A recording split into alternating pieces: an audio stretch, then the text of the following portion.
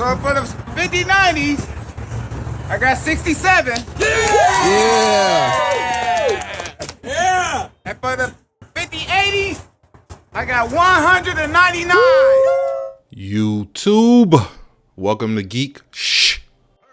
All right, so there's a few different topics I want to touch on in this tech news video. But first and foremost, I got to thank everyone, each and every one of y'all that view my channel and all of you that subscribe to my channel. I was finally able to make it over 1,000 subscribers, and I really appreciate it.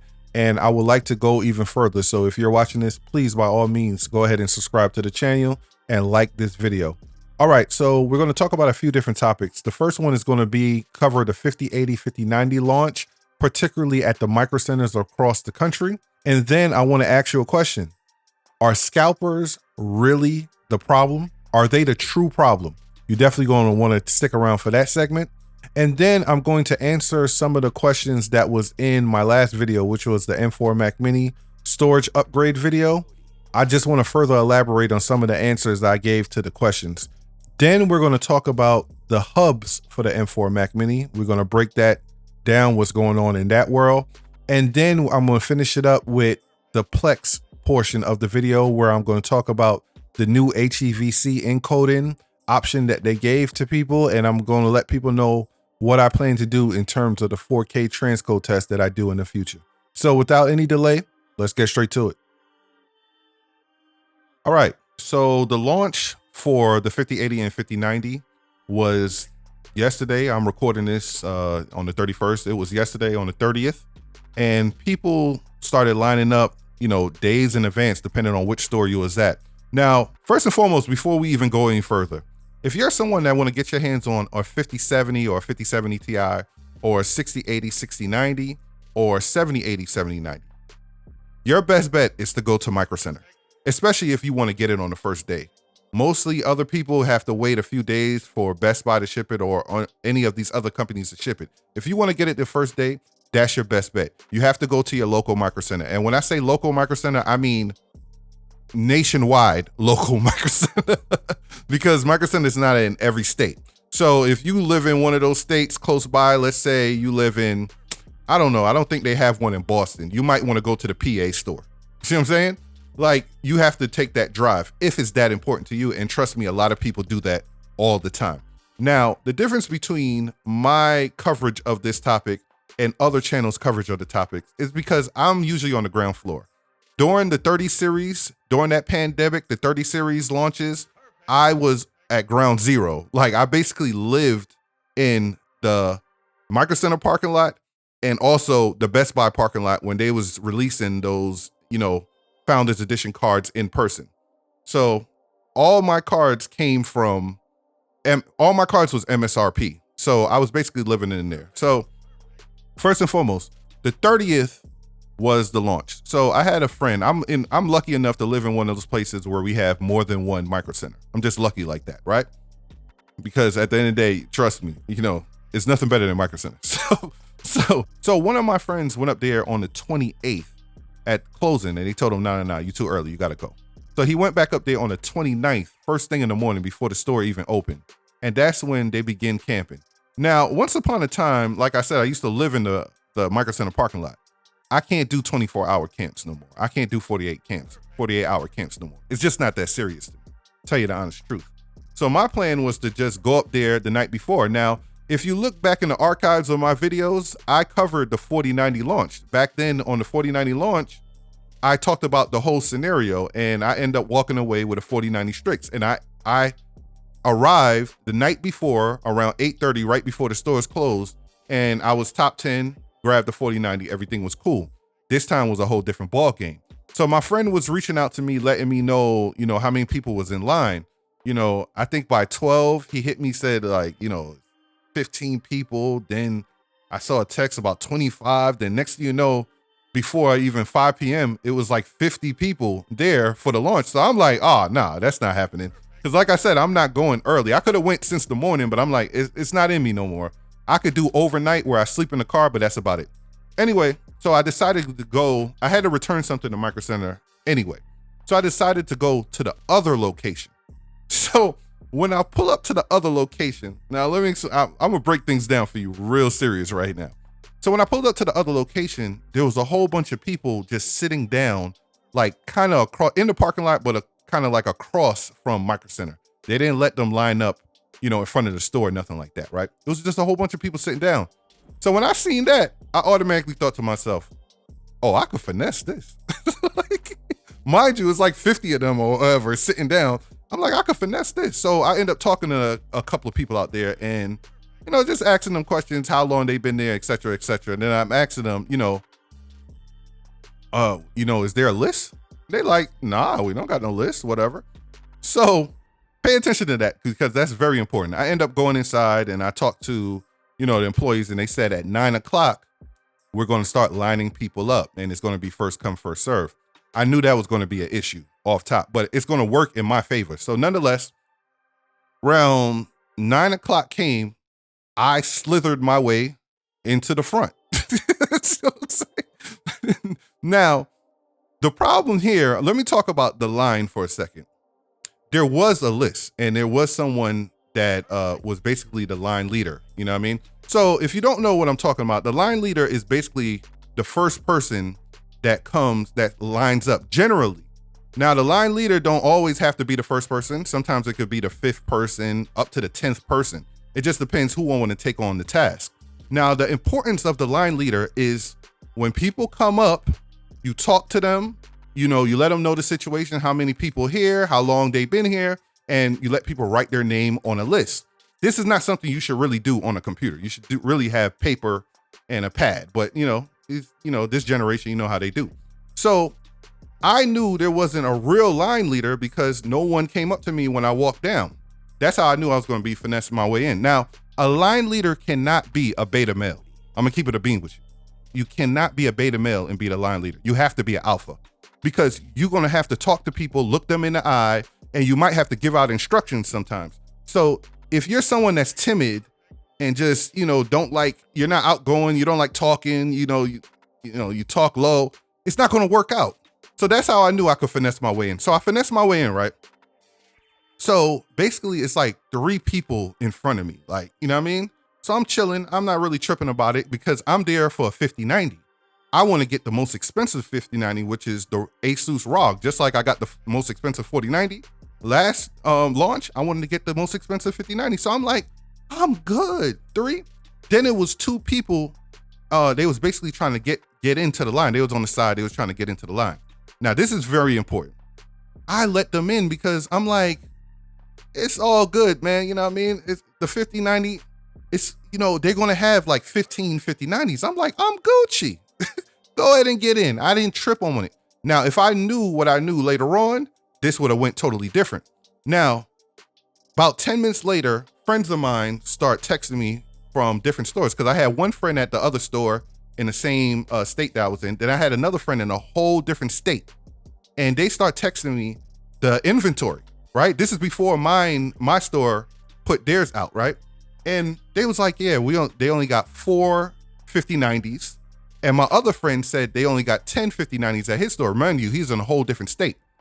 So I'm like, now I'm getting mad. I'm getting pissed because if the other store only got 4 and it's in my state, obviously that's a problem. So anyway, next thing you know, like 5 minutes later, they put out their inventory list at the one I'm at. They only had 5. I was pissed, bro, because I thought they was going to at least have 10, 15. So in my mind, I'm Gucci. Go ahead and slide in front of me. I'm not tripping about it. But if I would have known it was limited stock like that, I would have told them straight up, no. There's no getting in front of me. You can get behind me, but that's about it. That's how it would have played out. I would have never let that happen. But I'm thinking, I'm good. You know, a lot of people ain't going to really go for the 5090s. And that's just based off the history of me living in the parking lot. You know, a lot of times the higher end cards make it way behind. They'll make it to like top 20 or something like that. So that was annoying as hell. And what I end up doing was just leaving because I didn't want a 5080. I'm gonna be honest with you. I didn't want a 5080 at all. I wanted a 5090. I wanted the most expensive one, which is the Asus ROG Astral, right? So I just was like, man, you know what? I'm gonna just leave, man, because I ain't got time for this. I'm not about to be out here all night. Even though I could sleep in my car for a 5080. 5080 is something I feel like if I really wanted it, I could grab it later. See what I'm saying? So I end up leaving. And I couldn't be too mad because at the end of the day, I wasn't supposed to have the card to begin with. By the time I got there, I was supposed to be like 60th in line. I was, chances of me getting the card was going to be slim, especially for the 5090. But no, and also let me tell you about it was a lot of confusion up there, a lot of problems, nothing too crazy. It's not like the Tustin store. You hear a lot of stories about the Tustin store in Cali. So the manager, that guy that I said was the supposed line leader at that store, after we all lined up, he ended up being in the weeds. Like he was like 50th in line, 40th, 50th in line, right? Some scrawny kid. So he ended up going up to the manager who ended up coming to the store, and he was like, what about the list we had? What about the list we had? We had a whole list. And the manager told him straight up. He was like, we don't enforce lists. It's first come, first serve. So he basically had to tuck his tail and go back to the weeds of the line. But that comes with not being an alpha male. If you're not willing to get up and talk to everybody that show up, have them write their name down, let them know the check-in times, etc., etc., this is what happens at that point. You done lost control of the line. So let that be a lesson to him and anybody in the future. You have to be a line leader. You have to look people in the eye, tell them this is what it is. This is this is your position. Because when that happens, when it's time to line up, everyone knows their place in line and it's going to be less problematic. You see what I'm saying? But being that he didn't do that, he got effed over, and that's just the way of the world. So that was the 5090, 5080 launch. At 9 a.m. the next day, I went on Best Buy app to try to get the 5090, but I already knew how it was going to play out. It was going to be BS. You see what I'm saying? I knew that's how it was going to be play out. I never was able, all the times I tried to get it on bestbuy.com, I was never able to get it. All my 3080s, my 3090s, my 3060 Ti's, and my 3070s, all the Founders Edition, as well as the AIB cards, all came from being either in the Microcenter parking lot in person or the Best Buy parking lot in person. That's where they all came for. I never paid over MSRP. So nonetheless, that's the end. Now, what happened was, I believe one of the stores ended up getting, they got 4 Ace, the Gigabyte Oris ones. And then my friend that was in a whole nother state where it was 10 of them, all the people that got 5090s was all Founders Editions. So that was crazy. A lot of people got effed over, man. A lot of people got effed over. And I really feel bad for that line leader that was there. I feel bad for him. People that camped out, a day in advance and all that type of stuff.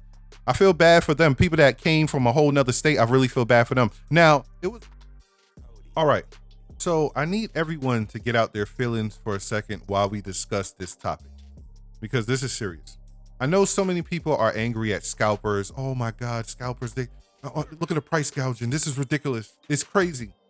I see other people that's mad at the AIB partners. Oh my God, why are they charging so much more than MSRP? They're ridiculous. This is crazy.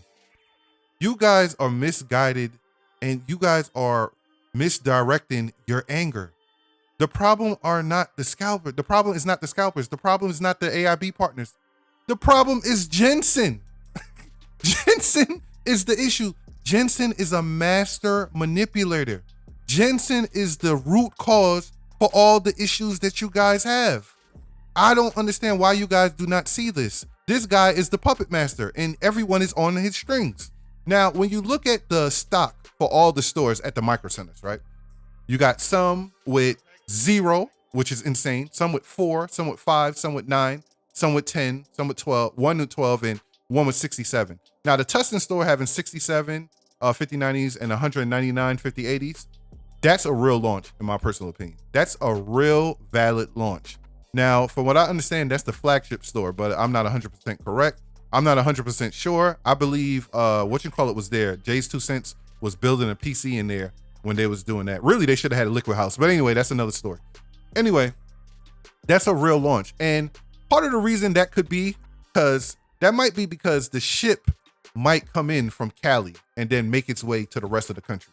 I'm not 100% sure. That could play a part on why they got so much, but I'm not 100% sure. Anyway, think about this. He is the puppet master. Jensen knew about this launch years ago. He knew he was coming out with a 5080. He knew he was coming out with a 5090. Just like he know he's coming out with a 5080, 6080 and a 6090, a 7080 and a 7090, a 8080 and an 8090, etc., etc. He knows this years in advance. He know this 10 years in advance. You telling me he couldn't get stock right if he wanted to? He couldn't get just as much 90s out there to the store as he does with the 80s? Jensen is, first of all, if you pay attention to what Jensen did, Jensen sent the 5090s to all type of reviewers. All type of reviewers on YouTube. I've seen people with 60,000 subscribers and they got a 5090 on their table. It don't even look right. It don't even make sense. This guy sent it to all type of people because he knew what it was. He knew how strong it was. He knew how powerful it is. That's why he sent it to everybody. He is very smart. Then he pushed the embargo back for the 5080s until the day before the launch. That is genius at the end of the day. Before we even get into the 5080 situation, think about what he said when he was at his keynote. He said the 5070 is better performance than the 4090. Think about how smart that is. Now, is he lying? No. Is he fully telling the truth? No. He didn't lie because at the end of the day, technically it is, but he didn't tell the whole truth about it. You had to read the fine print. But what it was able to do was send waves of shock throughout the whole entire community where everyone was talking about it. Reddit, forums, Facebook, everywhere, social media, everyone was talking about it that's into tech. They was all talking about it. You guys basically became the promoters of the card. Jensen don't pay for commercials.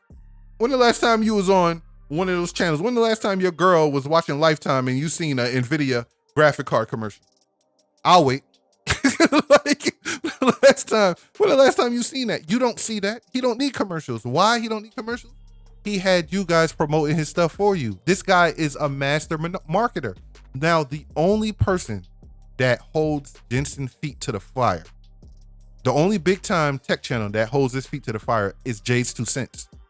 I'm gonna link it in the description. I don't know. I gotta find it and link it in the description. But Jay's 2 Cents released the conference call of Jensen one time during the 30 series problem where they had cards piled up. And I seen it with my own 2 eyes because I'm always at Microcenter. That's how I know. That's how I determine what's going on with the market with my own 2 eyes at Microcenter. This guy, basically, they have to have a conference call with the shareholders after every quarter. And that conference call is basically to reassure the shareholders that, okay, we're going to do this and this, that, and the third to keep profits coming in. And he basically broke it down to his shareholders how he's going to manipulate the market to stay profitable. This is a real thing. You can go and listen to the calls if you want, but I'm gonna link Jay's 2 Cents video. I'm gonna try to find it and link it in there.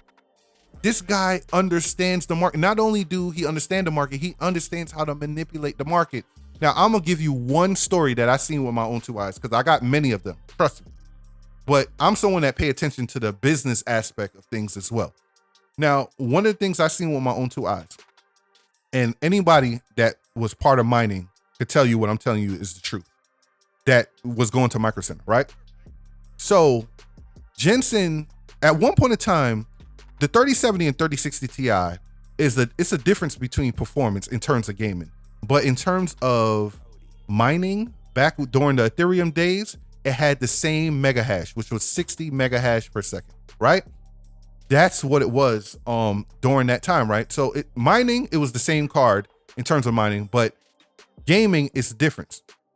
During that whole time, when I was basically living in the parking lot of Microcenter, you never saw the 3060 Ti's. It was extremely rare if you saw it. And anybody that was camping out there at Microcenter could tell you what I'm telling you is the truth. You barely seen that card. Personally, I only saw it twice.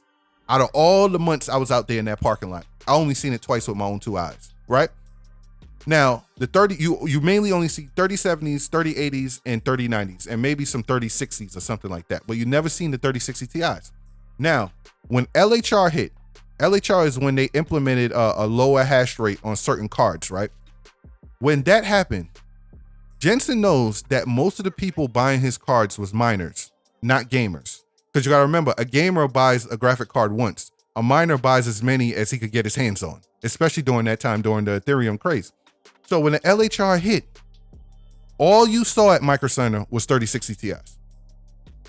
That's all you saw. You barely saw 3070. It was the opposite of before. You barely saw 3070s and all you saw was 3060 Ti's. Why you think that is? This guy is a master manipulator. He understands the market. See what I'm saying? So that's just one story I got. I got plenty more, trust me. But I don't want to make this video too long. So this guy is a master manipulator, and you guys are misdirecting your frustration at Jensen. Jensen could have easily had 20, 30, 5090s at each store. He could have easily had it. He has the stock. He can do it. See what I'm saying? If you think Jensen doesn't have droves of those 5090s in a warehouse somewhere, you're out of your mind. But at the end of the day, this is what he knows. Everyone will come for the 5090s, and then they'll end up just buying the 5080s just because if you're standing in the cold or standing outside for hours at a time or a day before, you're not just going to walk away with nothing. I'm the only one that walked away with nothing. I'm the only one. If I was there the whole day, I probably would have never walked away. But most people are not just going to walk away with nothing. You're just going to go ahead and take the 5080s. That's just how the game go. He knows that. That's how he's controlling everything. It's genius if you really think about it. So not only that, in my local microcenters, we had a few 4070 Ti's, a few 4070 Supers. We ain't had no 4080s, but those are now gone. Because not only the people that didn't make it to the launch at all, the people that came later on in the day thinking they could just mosey in and get a 5080 or a 5090, you know what I mean? They end up just saying, oh, they can't get this one? All right, what do you have? Oh, you got the 4070 Ti? I take that one then. Because a lot of people don't have time to be going back and forth to the store. All of a sudden, those are all sold out as well. This guy's a master manipulator. Even during the Best Buy launch on the app, all of a sudden, out of nowhere, there's 4060 Ti Founders Editions readily available on the app at Best Buy. You guys got to see what this man is doing. Now, take this with a grain of salt, because at the end of the day, I admire the man, to tell you down the truth. I think he's extremely intelligent. I think he's so intelligent that it's ridiculous. I see not only why he advanced in the tech space, but also marketing. This is why he's the CEO. His job is to keep profits coming in, and he's doing an amazing job of doing that, hands down. So when you guys, next time, before you guys get mad at the partner cards, get mad at Scalpers, you need to redirect your aggression towards Jensen, because Jensen could have easily had more than enough 5090s out there, more than enough 5080s out there. He could easily have it. And what's going to happen if there was, let's say there was 200 5080s, 200 5090s everywhere? There would have been hella cards left over at Microcenter. Everyone would have been able to get the card. No one would have been able to just really just sell these 5090s for $4,000 and $5,000. It would have been impossible. It would have been too many cards out there. But Jensen knows this is what we're going to do. We're going to limit the 5090s. They're going to go up to the store and buy up all the 5080s.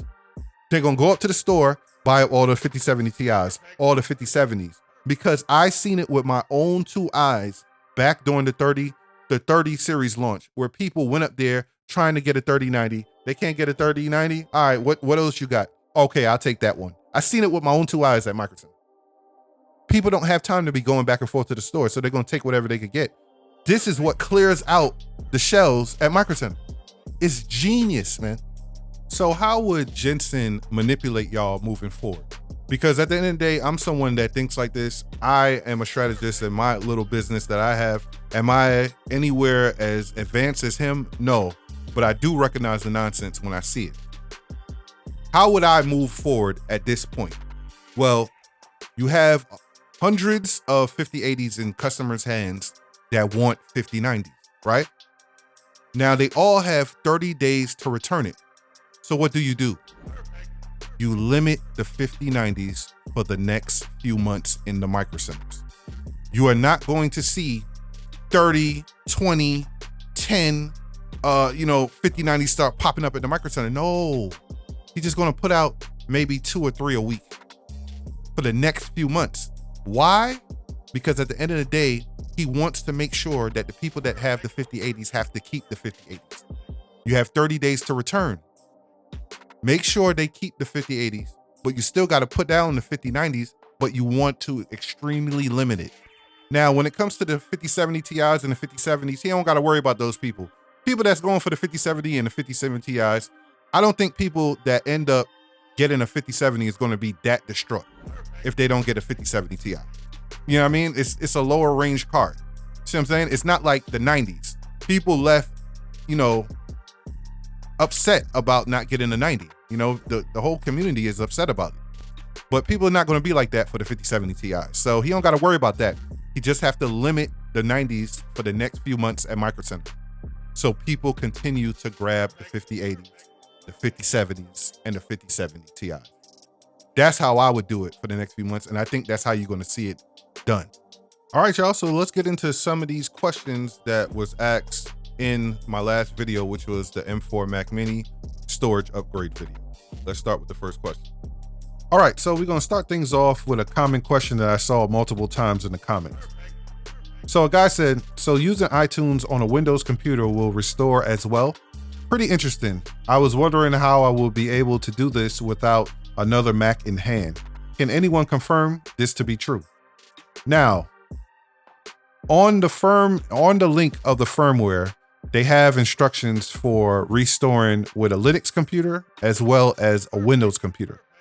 Now, did I do these methods? No. I showed y'all how I did it. I used another Mac computer. Now, I would imagine that if they put up those directions, that it's valid directions. But like I said, I haven't confirmed it myself, so I only can really speak on what I have done. Now, someone replied to this comment and they said they were having issues with doing it with Windows. So maybe it's not something that really works. I'm not 100% sure. Now, what I can suggest you to do is to find a friend that has a Mac computer, friend or a family member that has a Mac computer before you purchase this, just so you have a way to do it if it does not work out with Windows. Or maybe if your local Micro Center has an open box, or Best Buy or Costco have an open box one, any Mac computer, you could probably get that and use it and, you know, return it later on. So I saw one person said, maybe I could bring it to the Apple store. Good luck with that one, buddy. Now, one person said, this will not work. The Mac Mini always throws out error 4041. Now, first and foremost, I want to say I'm sorry that that's happening to you, but that is not my experience. I never encountered the error 4041. I mean, you saw what I did in the video. So all I can suggest for you to do is to retrace your steps. Start from the beginning. Maybe you missed a crucial step and that's why you end up getting error 4041. If that does not work, please, by all means, reach out to whoever you purchased it from, because, you know, they have to, you know, fix the situation if that's the case. So that's all I can suggest for you to do. And in the meantime, in between time, if they do decide to replace it for you, which they should, if that's the situation that you're having, then I would suggest going back to the OEM. There's no reason why you can't just go ahead, reflash it and put your OEM back in there and just be back at square one for the time being until you figure out that situation. Anyway, best of luck. All right, so someone said, great video. I appreciate that. My question is, why did Apple make this upgradable? It would serve no purpose to Apple to make it upgradable. What was their rationale? Now, you got to remember, the M4 Mac Mini is just a miniature Mac Studio. And the Mac Studio from the first generation had removable storage just like this from the very beginning. It just took years for a third-party company to go ahead and reverse engineer the NAND modules so that you can go ahead and upgrade it. So why Apple did it from the very beginning, I'm guessing it was just something easier for them to do in terms of manufacturing. It's because a lot of people order different configurations when they're on the website. So I would guess this is something that makes it easier to accommodate everyone, but I don't know for sure. All right, so someone said, how come you can't restore from a flash drive instead of another Mac? Well, listen, you have to do the firmware restore first. You gotta restore the firmware. So I would imagine that has everything to do with it. Now, from the very beginning, since the first day that the M4 Mac Mini was released, and those tech channels out there that didn't do it this way, but they did it the original way where they removed the NAND chips from the NAND modules and replaced it with higher NAND chips. So going from 256 to like 1 terabyte, 2 terabyte, et cetera, et cetera. This is how they did it from the very beginning. This is how they did it. So when they introduced this all-in-one solution, you got to follow suit. So I would imagine this is the best way to get it done. And, you know, if you restore from a flash drive, that's not going to just automatically, you know, restore the firmware. So I'd imagine that's why. But anyway, let's proceed. All right, so someone said handling the SSD like that is inviting failure. And that's a fair point. That's a fair observation. But, you know, one of the primary objectives of mine when I found out that they was going to send this to me was to do a great job of showing you guys the difference between the NAND modules, between the third-party SSD and the OEM. Because at the end of the day, you know, I don't fully understand everything that I'm seeing when I look at a NAND module, when it comes to the capacitors or, you know, the frequency, whatever, the voltages and all that type of stuff. That's for mine's bigger than mine. Like, that is beyond the scope of my understanding. So I made it a point to go ahead and show that crystal clear. So if anybody out there that understands that can really speak on if this is actually a good NAND module or not really a good one. So that was my primary objective. So at the end of the day, should I have wore gloves? Yes, I should have definitely wore gloves. Should I wear one of those anti-static wristbands when I'm building computers as well?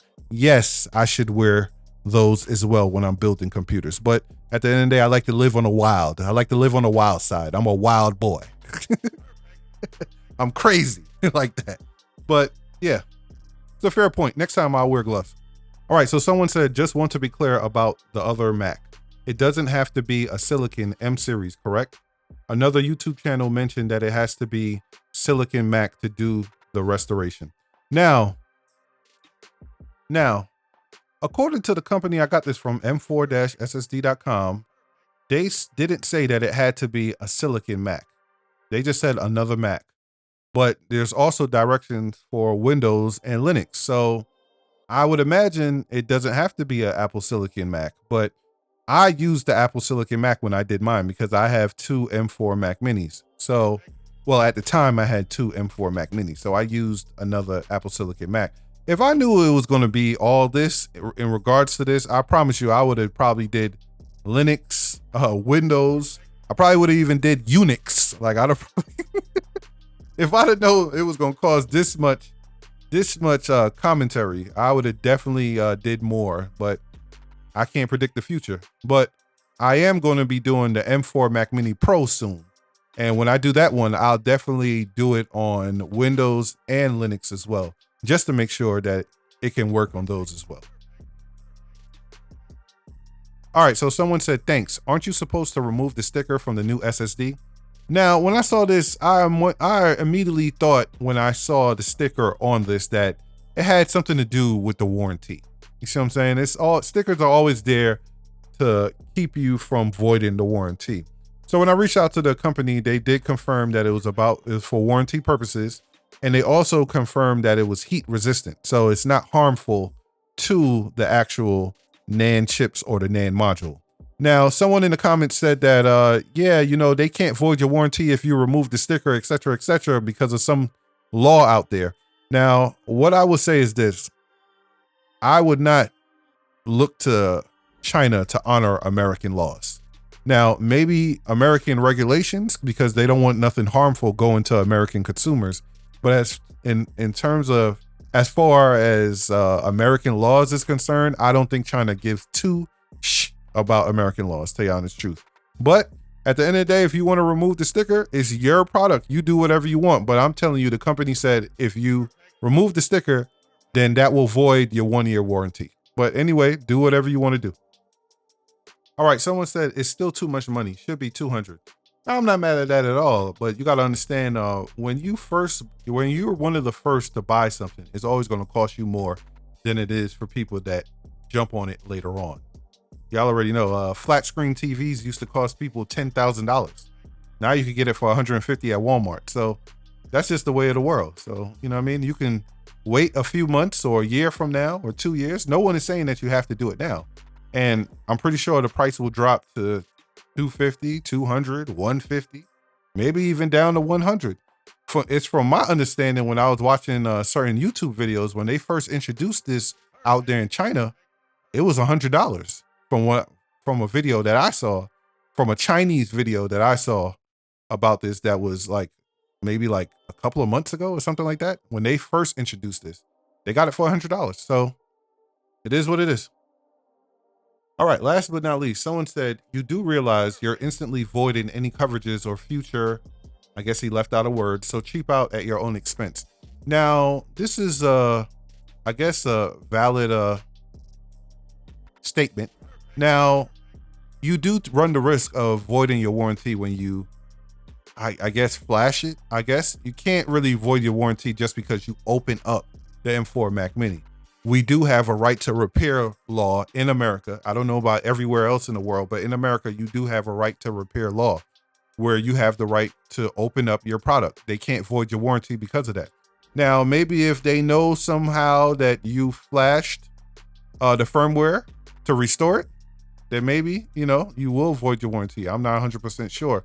Now, there's nothing stopping you from going ahead and putting your old OEM back in if that's the case. But what I will say about warranties in general from Apple, those are not really for desktops.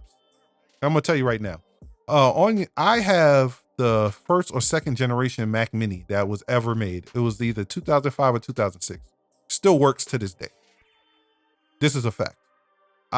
People still buy the 2009 Mac Pro to this day. Old people buy old MacBooks, etc., etc. If you scour the internet, you're not gonna see too many people talking about, oh, I just woke up today and my Mac just stopped working. That's not a common thing. Anytime you buy a Mac computer, you should at least be able to get about 5-10 years out of it. Now, it's going to be people that's going to be using the M4 Mac Mini that you guys have right in front of you right now, 10 years from now, 15 years from now, 20 years from now. When you get tired of it and decide to sell it off and upgrade, someone out there will pick it up and start using it. Trust me. And Apples are not known for being bad. See what I'm saying? So I believe the only time I really seen people really needing to use a warranty when it comes to a Mac computer is, I believe it was the 2017, 18, or 19 MacBook Pro. Those had a lot of issues where a lot of people had to bring it back. It had a lot of issues. So other than that, I never really heard anybody really using, taking back their computer. Now, the Apple coverage is really for those iPhones and things of that nature, but it is what it is. Let's move on to hubs. All right. So when it comes to hubs for the M4 Mac Mini, in my personal opinion, you only really have 3 out there that's very popular in my opinion. So first and foremost, the Satoshi one. Satoshi ended up pushing theirs back to March. They end up doing what AMD decided to do with the 9070 and the 9070 XT. They end up pushing it back to March. Why they did it, I don't really understand why. To me, it looks very nice. It looks like a very nice hub, but to wait till March for something that's only 10 gigabits per second, I don't really think it's that serious. But nonetheless, we'll see how it turns out. Now, the second hubs that's coming out that's very popular in my opinion is the RayQ hubs. Now, the RayQ hubs are slowly but surely meeting customers' hands. RayQ has 3 different versions of it. They have the regular version that's 10 gigabits per second. Then they have a 40 gigabit per second version, and then they have an 80 gigabit per second version. Now, personally, I don't really like RayQ because I actually tried to order the 40 gigabit per second version, and then they just went silent on me. They didn't return none of my messages after they took my money. So I end up looking at comments on their Instagram and seeing that they did that to a lot of people out there. RayQ do not return anyone messages. They do not do a good job of letting customers know what's going on with the product that they ordered with their own hard money. So personally, I will not be supporting any RayQ products because that's just, crazy to me. But they look nice. And a lot of people are starting to get their 40 gigabit per second version. So, and I didn't really hear anyone, you know, complain about it yet. So definitely go ahead and check those out. Now, the last one, in my personal opinion, that I was waiting for, and this was the one I was waiting for from the very beginning, is from Oracle.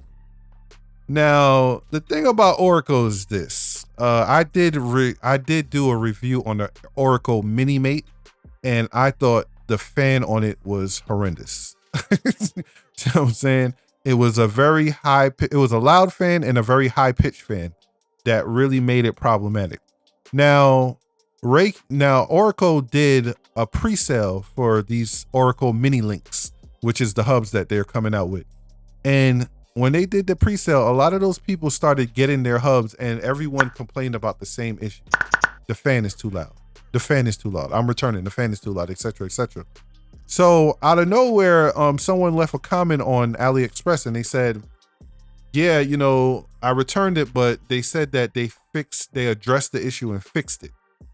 So that gave me hope. And I was like, oh, maybe they did fix it. Maybe it's a different version now. Maybe they went back in there and honored that, fixed that situation that so many people is complaining about. So I ended up ordering one. And when I was ordering it, I talked to someone in the message group and they said, yeah, we fixed that. It's no problem. It's better now. So I went and ordered it. So look out for my review of it because I have it right now as we speak and I will be releasing it in the next few days. So look out for my review of it. So shout out to everyone out there that enjoy my Plex 4K transcode test that I do. Plex recently put out an update for where they now have support for HEVC encoding if you have the Plex Pass. So a lot of people reached out to me and said, am I going to go back and retest all the hardware that I ever did? Of course not. Don't get me wrong. I enjoy doing those Plex transcode tests. I think I did a good job with answering questions that I had and a lot of people out there have in terms of the hardware that's readily available. And, I really enjoy doing that content, but this channel is not mainly focused on Plex. Now, my channel covers the M4 Mac Mini. It covers, Hackintoshes, things that you can do with the Hackintosh. Also, I want to get into a lot of Proxmox content, and the Synology NAS, things of that nature. So it's a lot of things that I have planned for my channel, and I can't just mainly focus on Plex. But what I will do is go back and retest the UHD 770. Now, when I initially did that video, I did not do HDR in there. So I want to do a test where I have HDR enabled and I want to do it without HEVC encoding enabled and then compare it to with HEVC encoding enabled. And we're just going to be able to compare and contrast and see, how it turns out. Now it should be more beneficial to your hardware to use HEVC encoding, but like I said, we'll test it out and we'll be able to compare and contrast the two. So that's all when it comes to Plex. My next Plex video besides that one will probably be, in terms of new hardware, is maybe if Intel release a new GPU that's closer to the $100 range. If they come out with like a B310 or a B380, then I'll probably do that one. But other than that, I'll probably do the Nvidia 5070 when that's released in a few weeks. So look out for that. All right. So overall, this video took a long time. The beginning of the video, I started the night of the 5080, 5090 launch, which was the 30th. I started at, the wee hours of the morning when I left the line. I already spoke about that in the beginning of the video. So that's when I really started the video, but it took a long time because the next day after that, I went up to Microcenter. I ended up picking up a 5080, the Astral Strix 5080. And I've been spending a lot of my time trying to get the 5090. So that's why this particular video took so long. I didn't do a video on my channel. I try to do a video a week on my channel. That's the goal, but I end up pushing it back because I've been trying to get my hands on a 5090. So I've been spending a lot of time up at Microcenter, combined with the things I already have to do in life besides that. So that's why I didn't really have no uploads on my channel. But Yeah, so I'm trying to get my hands on the 5090. Now, if you're someone that's in my shoes, I already told y'all what was going on with Jensen. Please go back in the beginning of the video.